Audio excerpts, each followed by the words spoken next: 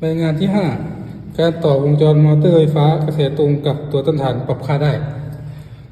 ลำดับที่ 1 ต่อขั้วบวกจากแหล่งจ่ายเข้าสวิตช์ออกจากสวิตช์เข้าแอมมิเตอร์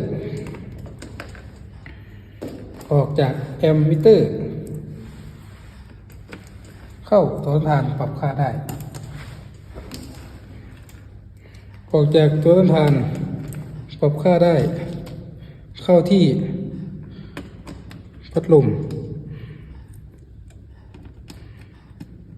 ขั้วบวกของพัดลมนะและนำขั้วลบจากแหล่งจ่ายมาเข้าที่ขั้วลบของพัดลมนับต่อมาต่อโวลต์มิเตอร์เพื่อวัดแรงดันของตัวพัดลม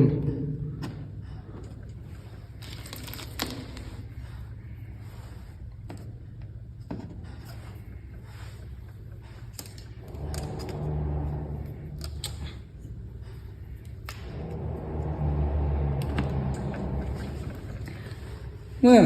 ต่อวงจรเสร็จแล้วเราจะทำการทดสอบวงจรเปิดสวิตช์จากแหล่งจ่าย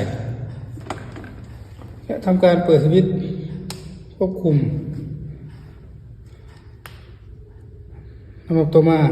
ทำการปรับตัวต้านทานปรับค่าได้ตาม